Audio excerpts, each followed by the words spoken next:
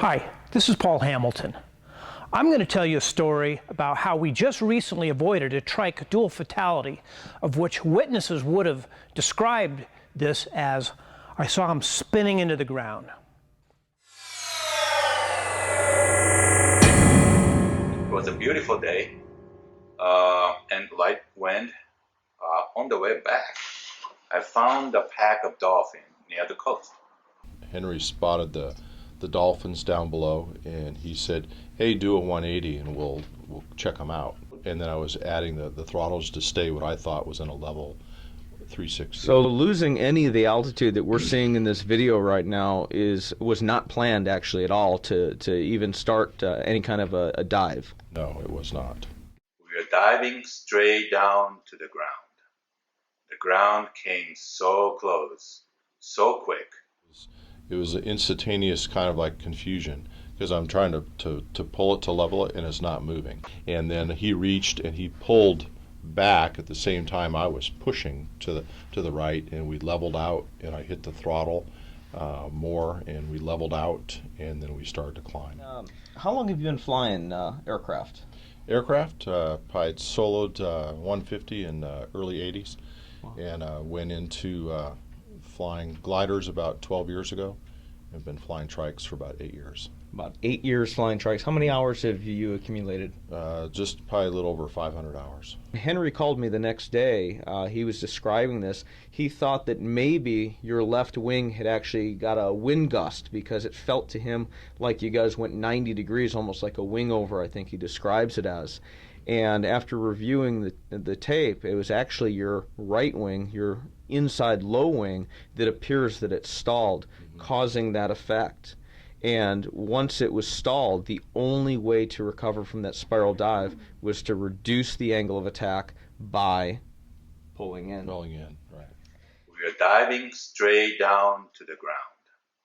The ground came so close, so quick. I shouted out loudly, "What are you doing?" And in that moment, Larry's video and Paul's demonstration came into my mind, and I pulled the control bar back. The trike miraculously came out from the dive just before it crashed into the ground. I didn't realize how low we were as I was trying to level the wing, and then he grabbed, and then I hit the throttle. And I remember just the peripheral vision seeing the beach to my left.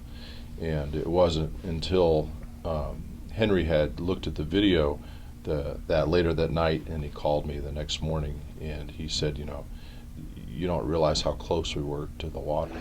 I've watched Larry's video, How to Get Out from the Spiral Dive, several times. And also I had a chance to experience how to get out from the spiral dive with Paul Hamilton in his trike.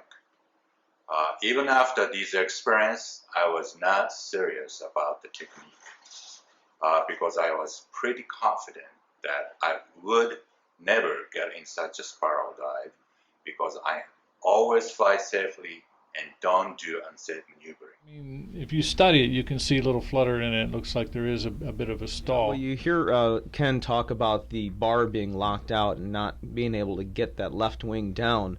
Do you think that has anything to do with the right wing being stalled? Absolutely, because the instinct is to push up. I'm going down. I got to save myself. I'm going to push out, and it makes it harder to move it to level, and or sometimes impossible, as Ken described. Yeah, right. But basically, it was just, to me, it looked like a steep turn where they lost vertical component of lift, but the wing was still seemed to be flying.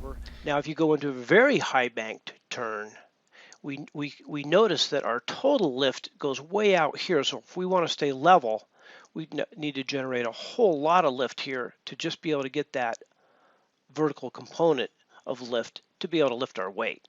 And of course, when we've got that large horizontal component, this is drawing us very quickly to the right here because we've got such a large component pulling us in that direction.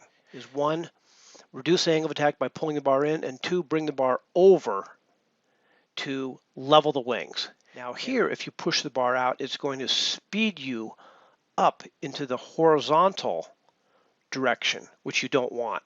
So there's the science behind recovering from very high bank turns and spirals.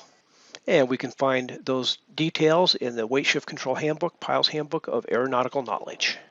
And you push that bar out and you try to get that nose to go up, and there's a certain point where that aircraft just winds in, and then doing more of the same will only make the situation worse, and that bar's got to come back in before you can level the wings.